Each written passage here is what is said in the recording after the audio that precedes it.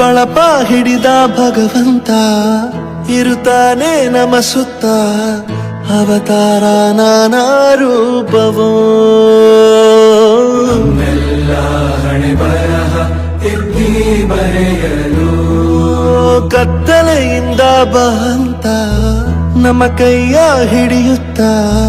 ಕರೆದೊಯ್ದ ಬೆಳಕು ತೋರಲು ಭಯವಾಗಿ ಗದರೋದು ನಮ್ಮ ಬೆಳೆಸಲು